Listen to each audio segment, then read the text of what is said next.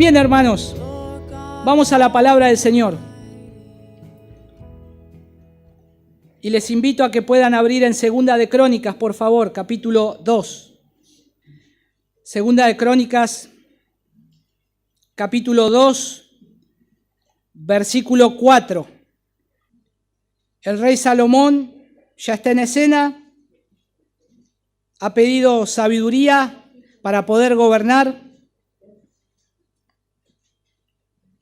Y el versículo 2 comienza a hacer los preparativos para edificar el templo y la casa donde él iba a vivir, su palacio. Pero el énfasis principal está en el templo.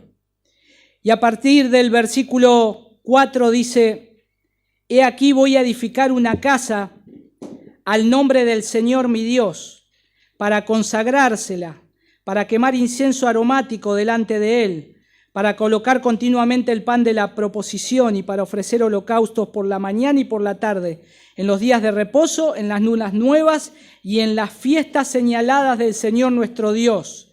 Esto será ordenanza perpetua en Israel. Versículo 5. Y la casa que voy a edificar será grande, porque nuestro Dios es grande, más que todos los dioses. Versículo 6. Pero ¿quién será capaz de edificar una casa cuando los cielos y los cielos de los cielos no pueden contenerle? ¿Quién soy yo para que le edifique una casa, aunque solo sea para quemar incienso delante de él? Las Escrituras nos dicen que Dios es el creador, el dueño y legítimo gobernante de su creación. No hay nadie que le pueda decir a Dios qué haces o qué haces. Él es el creador de este mundo, Él creó este mundo, Él puso al hombre en este mundo, el hombre no es el dueño, los gobiernos no son los dueños, las economías de este mundo no son los dueños, Él es el Señor, Él es el soberano, Él creó este mundo y un día el Señor va a destruir este mundo porque Él hace con lo suyo lo que quiere y lo que es bueno para Él, como es siempre su voluntad, buena, agradable y perfecta. Él es el Señor de los cielos y de la tierra. Él creó todas las cosas con un propósito.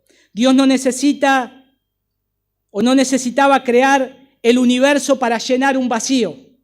Nosotros podemos hacer algo para llenar algo que nos falta. Un matrimonio tal vez dice: queremos tener un hijo porque estamos solos. O tal vez quiero agrandar mi casa porque me siento muy chico este lugar. Dios no necesita esas cosas. Su soledad es lo que a Él le basta desde el principio. Él está bien consigo mismo. Él está bien viviendo en esa perfecta Trinidad de Dios Padre, Hijo y Espíritu Santo. Él está completo. Pero Él crea este mundo. Él crea este mundo y crea a los seres vivientes en este mundo para que le adoren, le alaben, glorifiquen su nombre.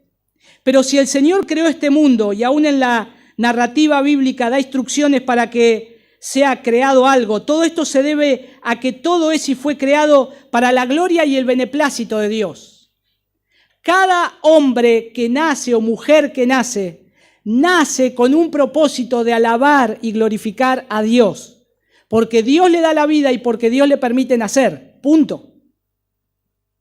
Sin embargo, nuestro corazón nace lejos de Dios. Estamos alejados del Señor. No buscamos a Dios. Ya es nuestra propia naturaleza no buscarle a Él. Por eso tenemos el Evangelio, las buenas noticias que nos llevan a poder ver a Dios. Lo que está cegado, lo que está velado, porque estamos muertos, nos lleva a ver el Evangelio por medio de nuestro Salvador, Cristo Jesús, para que nos reconciliemos con Dios y veamos el propósito de Él. Y veamos cuál es su propósito. Todo fue creado por Él y para Él. Y una de las verdades que más inspiran respeto y humildad acerca de Dios es que Él es absolutamente libre de cualquier necesidad y dependencia. Si Dios tuviera que quitar a todas las iglesias evangélicas de este mundo, los borraría a todos, Él seguiría siendo Dios. Si Dios nos limpiaría a todos del mapa, toda su creación, y este mundo quedara solo, Él seguiría siendo Dios. Él seguiría siendo el Rey. Él estaría bien consigo mismo. Y esta doctrina de la soledad de Dios o de la suficiencia de Dios, de la soberanía de Dios, muchas veces molestan a muchos. Porque ¿cómo Dios no me necesita a mí? Me necesita para predicar. Si no, ¿quién viene a predicar acá? Dios no me necesita para predicar. Él está bien consigo mismo. Él hasta puede enviar ángeles. Solamente tenemos un privilegio al hacerlo. Y tenemos un privilegio a que Él todavía nos haya dado vida para que le glorifiquemos y también hablemos de Él. Si hemos sido salvados, rescatados por su gracia. Y cuando tomamos esta porción del libro de Crónicas, acá de este relato de Salomón, consideramos que la narrativa trata sobre el templo y que es el gran tema de esta historia.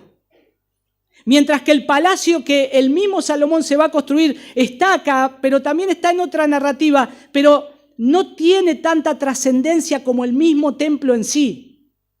Porque lo que Salomón va a hacer y el deber era de construir el templo que fue reservado para que lo construya él desde antes de su nacimiento. A David el Señor le dijo que él iba a conquistar, él iba a preparar el terreno, pero él no iba a construir el templo. El hijo que iba a nacer lo iba a hacer. Entonces, esto que Salomón está haciendo ya estaba proyectado desde la eternidad. Ya él era el escogido. Ya él era el que iba a preparar ese templo. Tan pronto llegó a ser rey, él se ocupó del trabajo y acá el historiador, al proceder a dar un relato del edificio, empieza dando los arreglos preliminares. Y hermanos, nosotros nos tenemos que dar cuenta que Dios hace todas las cosas con un propósito. Si el Señor te permitió tener vida hasta hoy, es con un propósito. Si el Señor nos permite estar en este lugar, es con un propósito. Si el Señor nos ha llamado para su gracia en este tiempo de nuestra historia, es con un propósito soberano, porque así le plació. Y vamos a ver acá en este relato lo que Salomón comienza a hacer. Miren el versículo 1 de 2 de Crónicas capítulo 2. Y Salomón decidió edificar una casa al nombre del Señor y un palacio real para sí. Lo primero que comienza acá es con una decisión. Ya la decisión, él se decide a hacer algo. Y ya él tiene claro lo que va a hacer, porque él quiere hacer por aquello por el cual Dios le dijo que iban a hacer. Él necesitaba sabiduría. El Señor le dio sabiduría, pero sobre todas las cosas lo llenó de riquezas a Salomón. Salomón es y fue y no habrá otro como él igual en todas las riquezas que él tuvo. Salomón, en ese tiempo que se gozaba de paz, ya no había guerra, él podía hacer crecer su reino. Salomón tenía tanto dinero que, como dice la Escritura, llegó a ser el dinero como las piedras de la calle. Tanto dinero. Pero él no estaba pensando en el dinero, él estaba pensando en cumplir ese propósito que Dios lo había llamado. Y él dice que se decidió edificar una casa al nombre del Señor. Ahí está la disposición inmediata de Salomón para la obra. La sabiduría que le había sido dada a Salomón no solamente para especular, no era para especular ni para conversar, para decir cuánto dinero tengo, o miren cuántas posesiones tengo, o miren cuánta plata tengo en el banco. Para eso no era el dinero, sino que él sabía que lo que Dios le había dado, la sabiduría y las riquezas, era para construir un templo para el Señor. Necesitaban un lugar ellos para adorar al Rey de los cielos y de la tierra. Y Salomón se dispone rápidamente a construirlo. Él se dedica a la acción inmediata, por eso dice ahí el término enfático, y Salomón decidió edificar. Decidió es algo con mucho énfasis, es algo donde es una acción inmediata que se hace. Lo tengo que hacer rápidamente. La obra más importante de Salomón en Crónicas es la construcción del templo. Y nos habla esto también los relatos paralelos que nosotros tenemos ahí, no solamente en 2 de Crónicas, también tenemos algo en Reyes. Pero acompáñenme ahí al libro de Crónicas, el capítulo 8. capítulo 8, versículo 1 al 16. No lo vamos a leer todo, pero dice: y sucedió que al cabo de los 20 años en los cuales Salomón había edificado la casa del Señor y su propia casa, reedificó las ciudades que Hiram le había dado y estableció allí a los hijos de Israel. Después Salomón fue a Hamat de Soba y la tomó y reedificó Tadmor en el desierto y todas las ciudades de almacenaje que había edificado en Almad. Y sigue diciendo todo lo que él edificó. Noten, hermanos, que Salomón, el Señor lo había provisto tanto, el Señor le había dado tanta abundancia que no le alcanzaban depósitos, que tenía que edificar ciudades para depositar sus ganancias. Fue un hombre muy rico. Pero el objetivo de él era edificar una casa para el Señor. El propósito de él era ese propósito en el cual el Señor le había dado a Salomón, lo había establecido para que Salomón hiciera un templo para él. Y acá hay un personaje.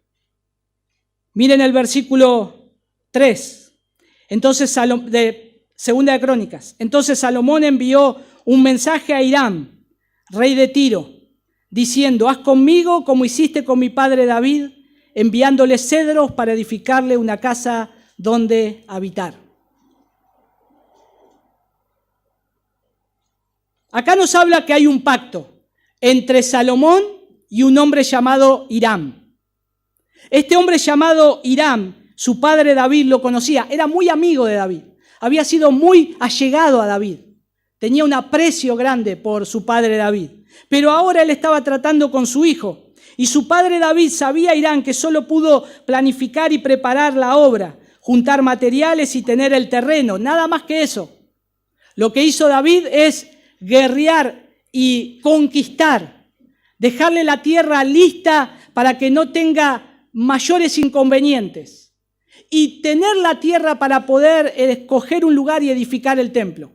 Recordemos, y hago nuevamente énfasis, que Salomón tuvo paz en todas partes. Salomón tuvo paz en todas partes. Primera de Reyes capítulo 5, versículo 4 dice esto, que él gozaba de paz en todo su reino. No tenía que estar preocupado por levantarse para la guerra, no tenía que estar preocupado que los ataquen, vivían en paz.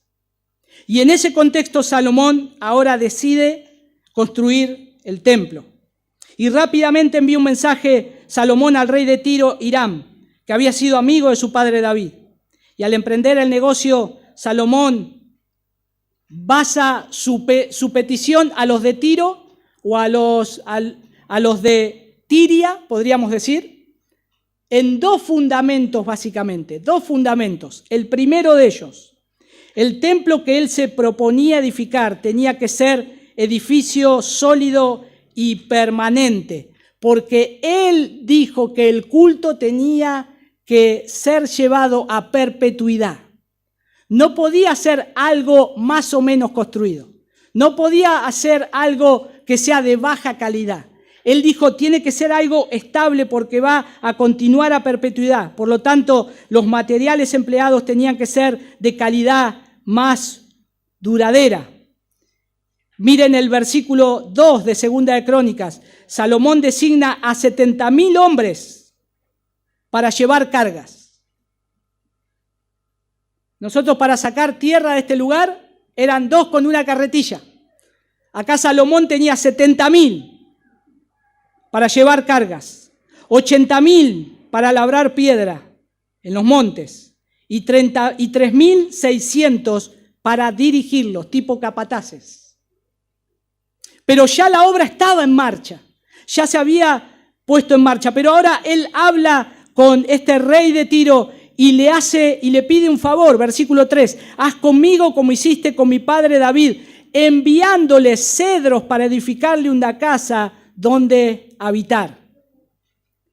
Él lo quería hacer con un buen material y los cedros que necesitaban estaban donde estaba este rey en Hiram, ahí en la región de Tiro, y necesitaban ser traídos de allí, necesitaban ser cortados y traídos. El segundo elemento que vemos acá, el primero es que Salomón dice, tengo que hacer un templo que sea de buena calidad, que sea bueno, porque el culto va a ser a perpetuidad. Y el segundo elemento es que tenía que ser una estructura magnífica, porque había de ser dedicada al Dios que era más grande que todos los dioses. Miren ahí el versículo 4. He aquí voy a edificar una casa al nombre del Señor mi Dios, para consagrársela, para quemar incienso aromático delante de Él, para colocar continuamente el pan de la preposición y para ofrecer holocaustos por la mañana y por la tarde, y en los días de reposo y en las lunas nuevas y en las fiestas señaladas del Señor nuestro Dios. Esto será ordenanza perpetua en Israel. Versículo 5. Y la casa que voy a edificar será grande, porque nuestro Dios es grande más que todos los dioses. ¿Qué puede ser algo que pueda contener a Dios? ¿El templo que hizo Salomón podía llegar a contener a Dios? Él sabía que no lo podía contener. Miren el versículo 6, ahí está la respuesta. Pero ¿quién será capaz de edificarle una casa cuando los cielos y los cielos de los cielos no pueden contenerle? O sea, quiere decir que esto, por más magnífico que sea, por más grande que sea, por mejores materiales que tenga, nada puede contener al Dios de los cielos. Nada puede contener a nuestro Dios. ¿Qué edificio lo puede contener? Nadie, nadie. Sin embargo, aunque los cielos y los cielos de los cielos no lo pueden contener o comprender, él explica el propósito de Salomón, que no era edificar una casa para que Dios habite en ella, sino un templo en el cual su pueblo pudiera ofrecer sacrificios en su honor. Él dice, voy a hacer esta casa para que continuamente esté el pan de la preposición para ofrecer holocausto. Y voy a hacer de estos 2 cultos, a la mañana y a la tarde. Ese era el propósito. Ese era el propósito de Salomón. Que sea edificado un lugar donde se pueda adorar al Rey de los cielos. Y noten, mis hermanos, que no hay lenguaje que podría ser más humilde y más apropiado que el que Salomón muestra acá. Porque miren lo que dice el versículo 6. Al final, ¿quién soy yo para que le edifique una casa, aunque solo sea para quemar incienso delante de él?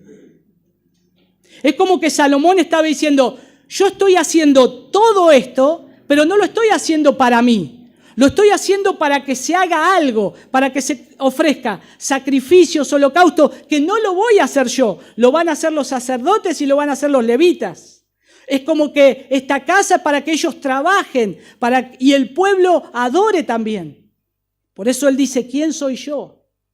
Salomón tranquilamente podría haberse puesto como yo hice este gran templo, miren lo que yo edifiqué con toda mi riqueza. Miren, yo soy el escogido de Dios. Qué tremendo es, hermano, cuando el Señor a veces puede llegar a levantar a un hombre y que ese hombre se jacte de su presencia. Este es mi gran ministerio, miren el ministerio que tengo. Miren cuántas señales, prodigios y milagros. Es una tragedia que ocurra esto. Porque el Señor está mirando de los cielos y diciendo, ¿quién sos vos?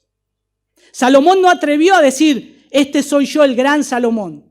Él dijo a sí mismo, ¿quién soy yo para que le edifique una casa? Esto es humildad. Él era el reconocido.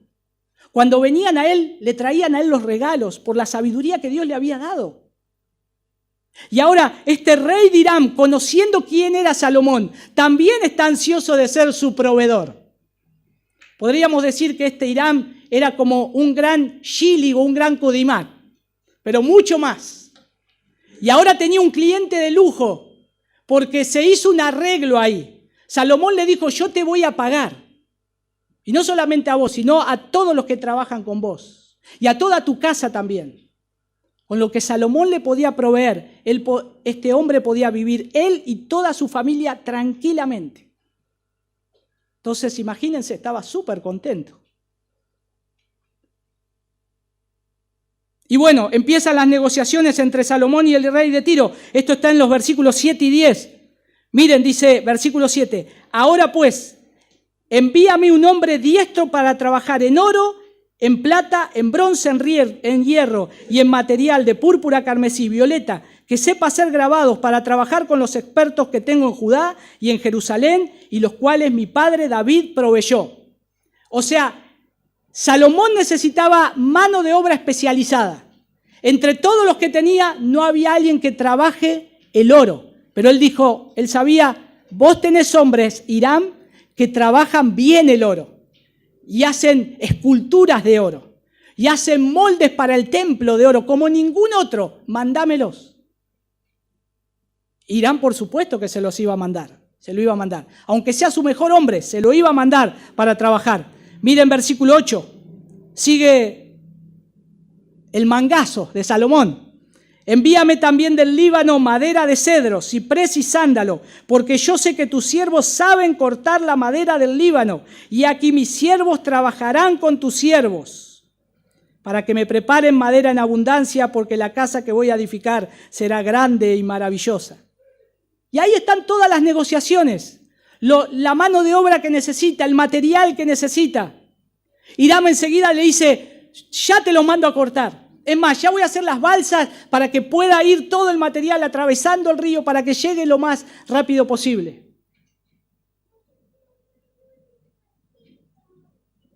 Pero noten el énfasis del relato de Esdras, que es el autor de Crónicas, que dice el propósito de tal construcción, el propósito de la obra. Miren el capítulo 3. Versículo 1. Entonces Salomón comenzó a edificar la casa del Señor en Jerusalén, en el monte Moriah, donde el Señor se había aparecido a su padre David, en el lugar que David había preparado en la era de Ornam Jebuseo.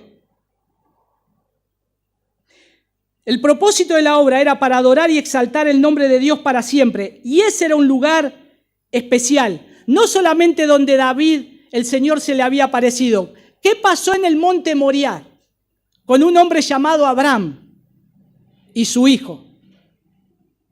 Es ahí un lugar muy especial, donde el Señor proveyó para ese sacrificio cuando iba a matar a su hijo. No era un lugar cualquiera. No es que hizo un estudio de terreno a ver dónde se llega a la mejor gente, a ver en qué lugar a la gente le queda más cómodo para venir. Era un lugar especial porque Dios había estado en ese lugar en otras ocasiones. Con su padre, David, con Abraham.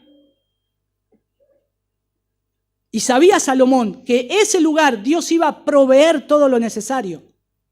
Porque ahí proveyó ese animal para el sacrificio. Y ahora él veía que el Señor le estaba proveyendo todo para la construcción del templo.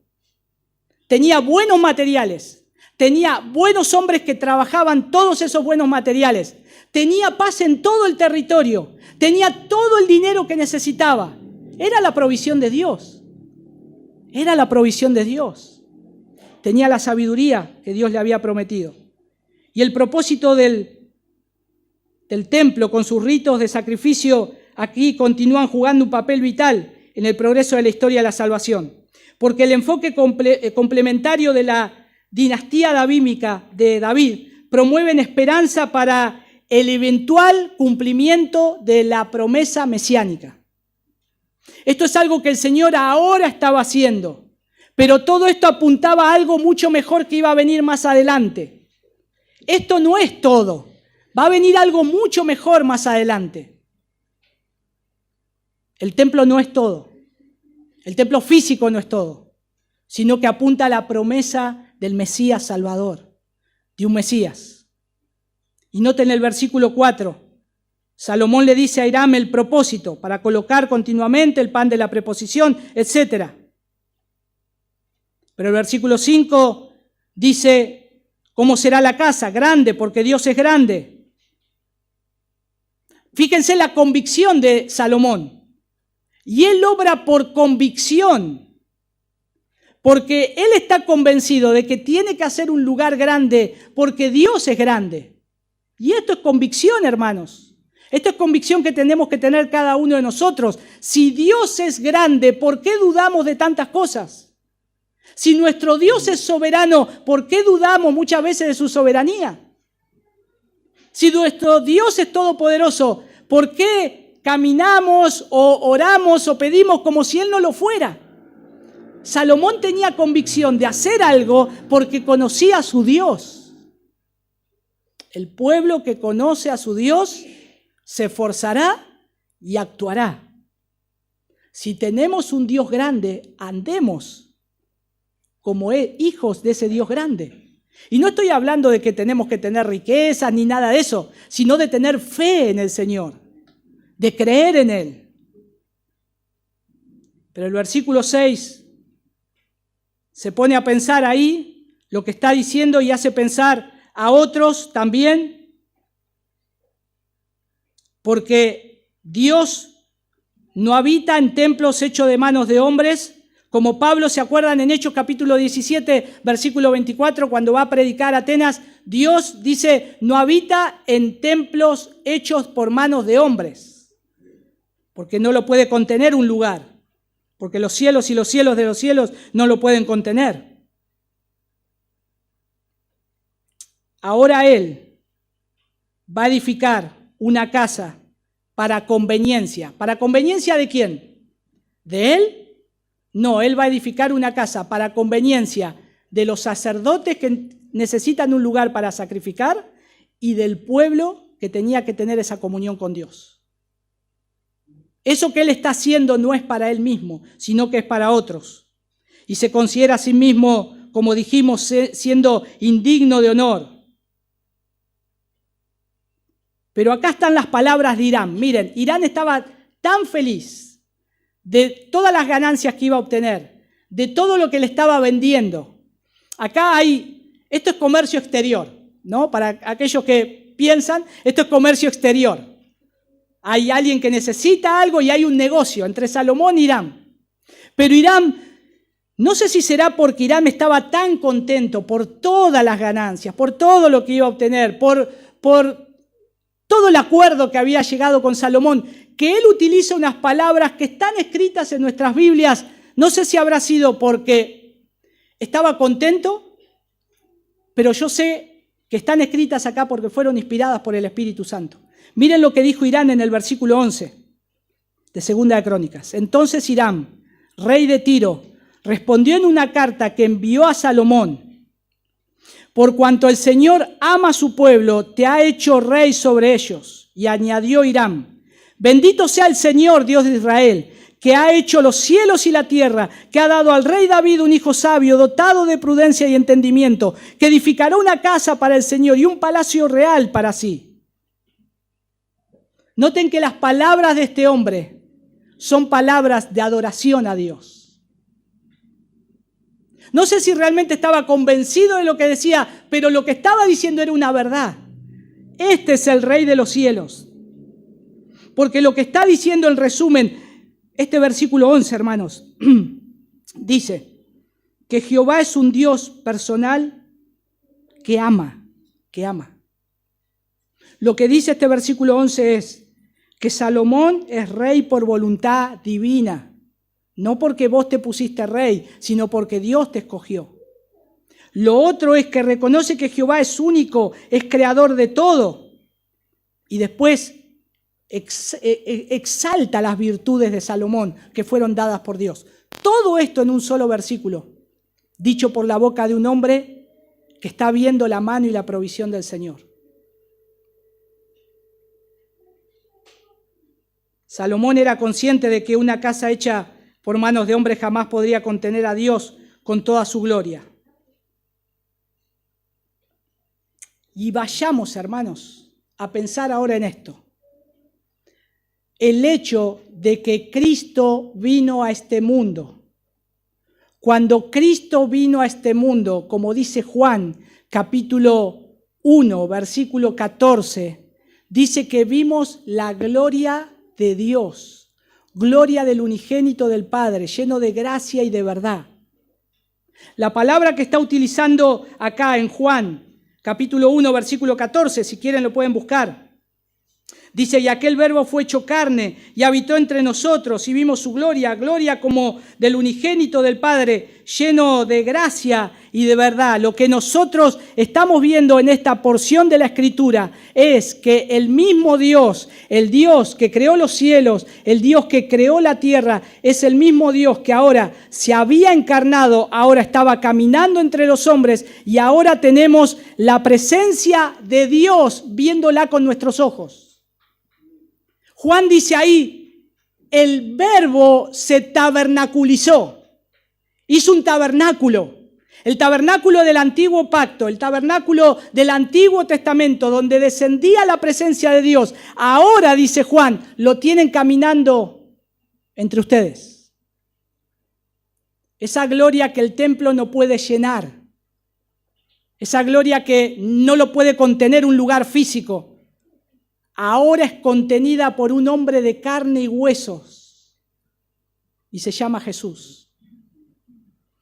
¿Cómo un simple cuerpo de carne y hueso, de unos 30 años de edad, no sé cuánto pesaría Jesús ni cuánto mediría, pero sería un hombre normal como de aquella época, contiene la gloria de Dios cuando nada lo puede contener? Y acá estamos, hermanos, más de 2500 años después. Y como Jesús también les dijo una vez a los fariseos, ustedes adoran el templo, pero uno mayor que el templo está acá. ¿Quién podía ser para ellos alguien mayor que el templo? Dios. Bueno, Jesús les dijo, uno mayor que el templo está acá. Y era el mismo. Era el Señor. El Señor Jesús era Dios encarnado, Dios habitando en carne humana, muy superior a un edificio que Dios solo visita. Lo que David hizo, lo que Salomón hizo, lo que David hizo es un tipo de Cristo. Lo que Salomón hizo es un tipo de Cristo. Pero ellos lo que hicieron señalaban algo mucho más grande que iba a venir, que se llama aquel que tenemos que posar nuestros ojos, Jesús. Jesús.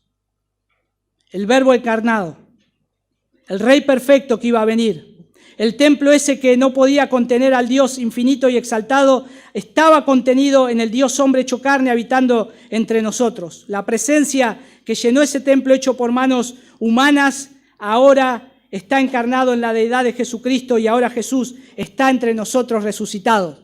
Cuando terminó la construcción del templo, Salomón hace una oración y dice que la presencia de Dios llene el templo. Porque no vale de nada paredes construidas si el Señor no está en el centro.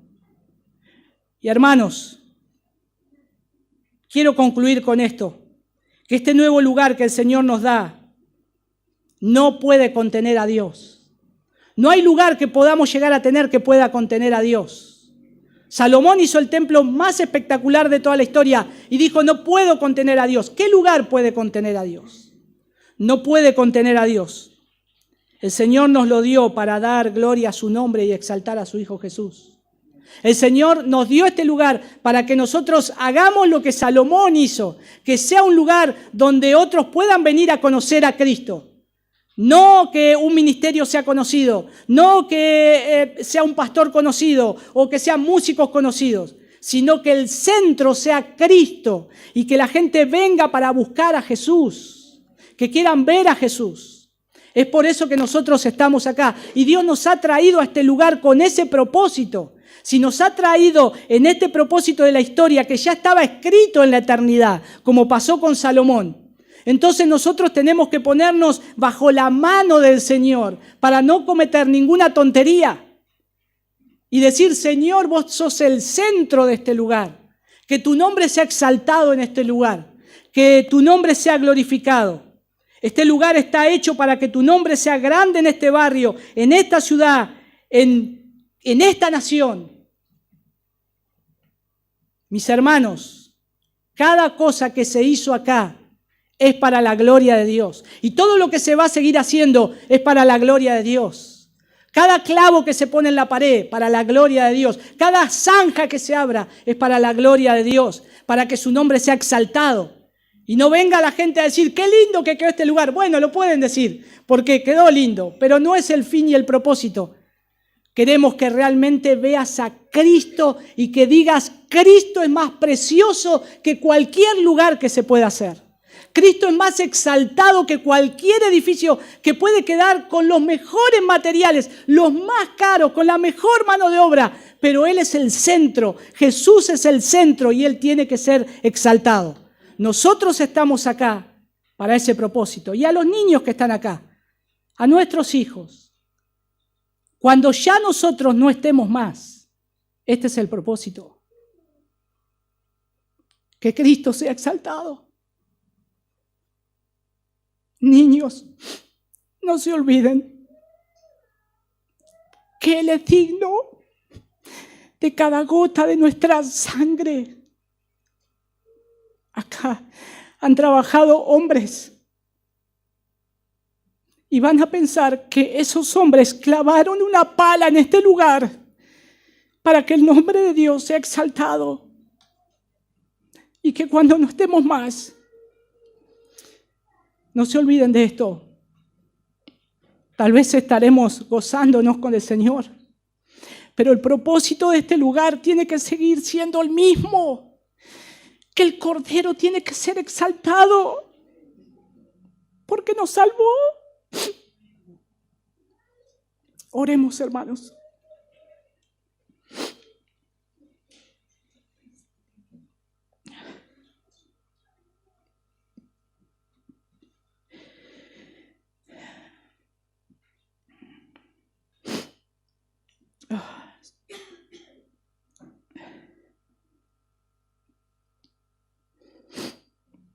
Señor,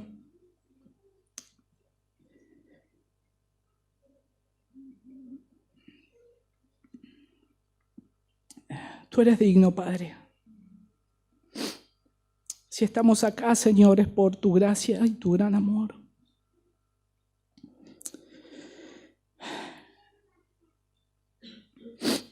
Si miramos, Señor, cómo nos has provisto, oh, Señor, no podemos hacer nada por nosotros.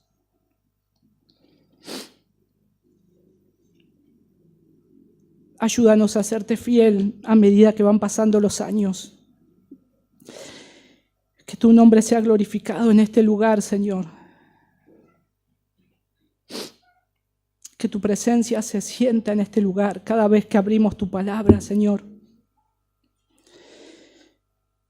Que podamos proclamar tu palabra en este barrio, en este lugar, en esta parte de la ciudad, pero también, Señor, de donde fluyan y confluyan todos aquellos que tengan hambre y sed de tu palabra, Señor.